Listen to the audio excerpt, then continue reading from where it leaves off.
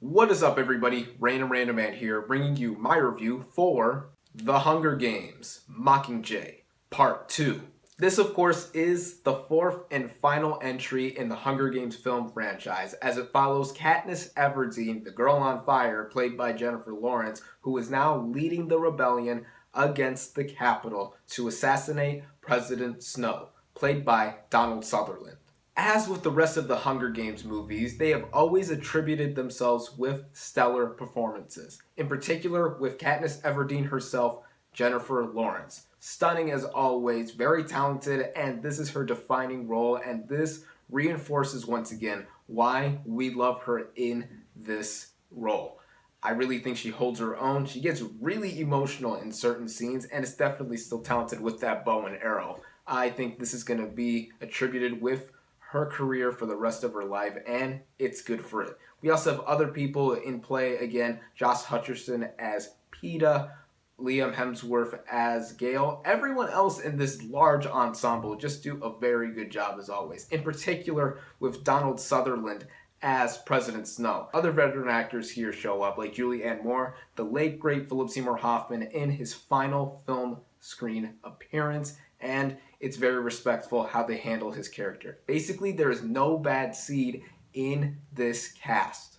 Plot-wise, this is naturally the second part of the Mockingjay book, which also acts as the series finale and a segue for Mockingjay Part 1. The question is, does this movie justify the film being split up into two parts? Well, in my opinion, since Mockingjay is my favorite of the franchise, so I have a natural bias towards it, I think so, because it would have been extraneously too long if these events weren't picked apart and meticulously told in the manner that they are with this film. Now, many people complain that Part 1 was way too slow and that the pacing wasn't gradual enough. I disagree. Personally, I really like Mockingjay Part 1, even though it's my least favorite of the franchise.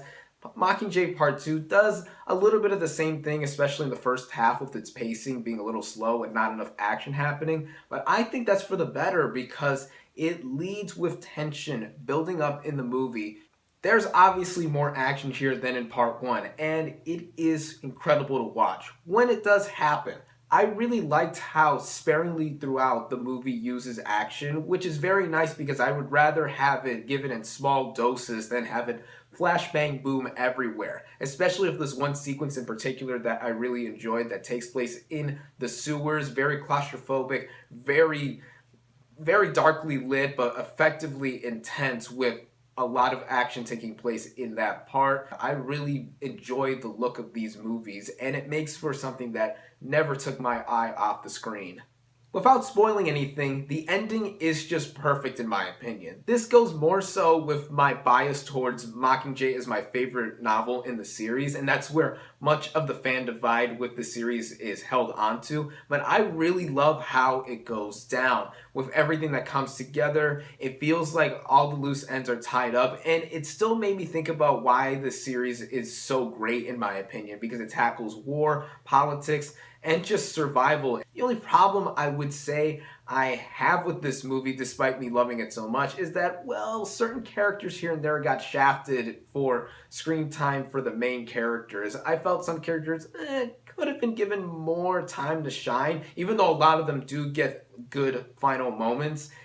It still would have been nice to see such a big cast like this all go out with a bang. But in the end, I still ended up loving this movie. I think it's probably one of my favorites of the year. I know, pretty big to say, but I personally ended up digging it so much. I highly recommend it to all the fans of the books out there, and even to those who have been following the film franchise for so long, since 2012 when it all started. You're gonna pretty much want to finish this series, of course, because it shows why it shined in the first place, and I think it personally satisfied me enough to give it that recommendation. For all this, my final verdict for The Hunger Games, Mockingjay, Part 2, is 4.5 out of 5 stars.